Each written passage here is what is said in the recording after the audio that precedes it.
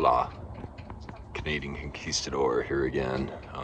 This is part 2 to my Geodesic Dome series. It's listed under the urban homesteading series that I'm putting together.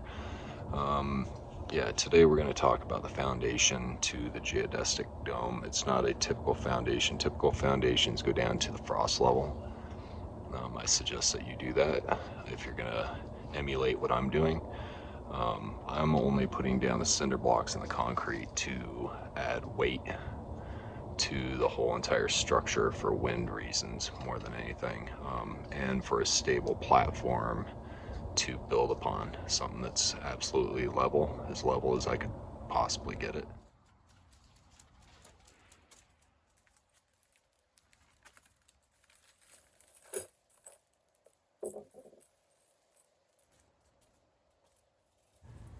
Yes, so for this little project, if you're doing a 14-foot geodesic dome, I suggest getting 15 cinder blocks. I ended up getting 6 bags of concrete, 80-pound sacks, and 15 pieces of rebar and 30 bolts to sink into the concrete to hold down the sill plate, and a Pepsi, of course. Gotta have that. Initially, I took my measurements from the center. I put a stake in the middle of the work area and measured out a string that was 7.4 inches long, I believe exactly. And I would go around measuring the distances that I needed, and pounding in the rebar. Well, this became a mistake this first time. Here you see me doing this. It was the wrong way though. It really threw me off. I thought that I could just measure by the rebar, but you actually need to measure from the center of the cinder blocks. That's the mistake I made, so I had to tear the whole thing apart the next day after being very frustrated and doing it over.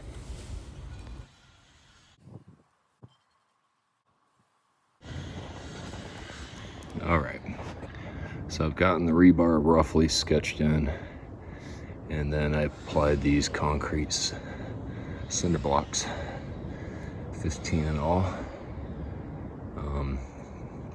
My plan is to fill them with concrete once I level this all. I bought a laser level, the cheapest one of course, which ended up being $80. So I'm going to use that string to line up these as nicely as I can. This is where the sill plates are going to be fastened into with bolts and concrete. But right now it's all about getting this level first, which might take me a long time because there's definitely lows, definitely high spots. So until I get that all perfect, it is necessary to have this as absolutely level as possible. Otherwise the geodome doesn't come together properly.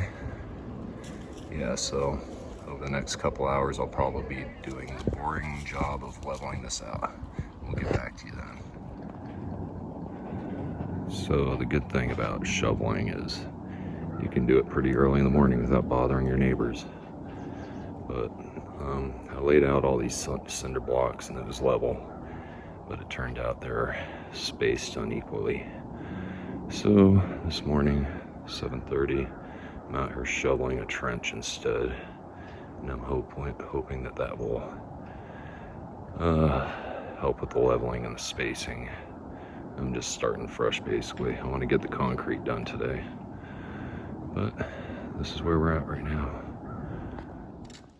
So this is the second go at it, and this time I leveled and placed my cinder blocks according to the measurements first, and then added the rebar last.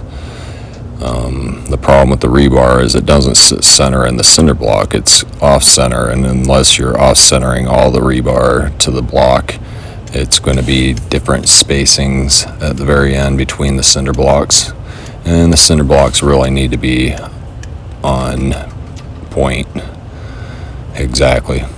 Also, remember to use that level horizontally, leveling the brick exactly how it needs to be, and then level it to the cinder blocks directly next to them. So 2 days later, and I've got these in the correct position, knock on wood.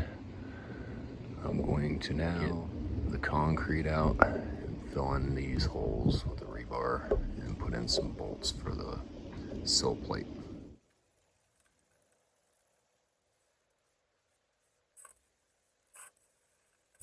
Make sure your concrete is fairly thick, chunky. If it's too loose, the bolts aren't going to be able to sit in there. They'll just sink through. I learned this kind of the hard way.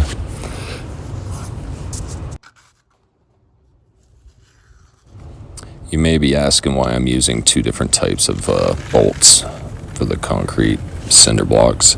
It wasn't intentional. I went to Lowe's and they had the correct bolts that I needed. The ones they look like a little L, and they only had 15 of them. So then I went to Home Depot and they didn't have anything like that. They have this specific type of weird bolt, but I happened to get a box of 15 from there too. So I just alternated them so that each cinder block has a big bolt and a smaller bolt.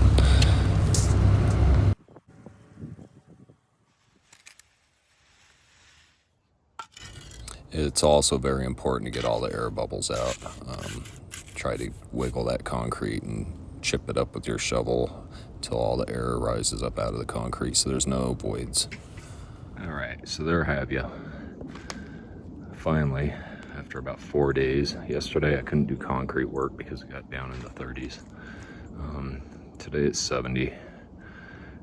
It's definitely fall now, and temperatures are dropping, but I got the heavy work done. All that shoveling involved, lifting cinder blocks, placing them, digging, leveling, and then the concrete. The concrete's not my favorite thing to do, but I don't do a lot of it here. So I put in all the eye bolts, the bolts that'll hold the sill plates. Yeah, so this is about roughly a 14 diameter foundation. I probably should have went way down, like 4 feet or so below frost line, but we'll see. I'm kind of hoping that the weight of this thing just keeps it from falling apart. Yeah, so I'm gonna put the sill plates in tomorrow probably, and then put I don't know what they call it, but it's basically a tiny wall, a jack plate or something, probably about 1 foot all the way around this, so that I can begin doing the stuff. And that's it for a day, guys.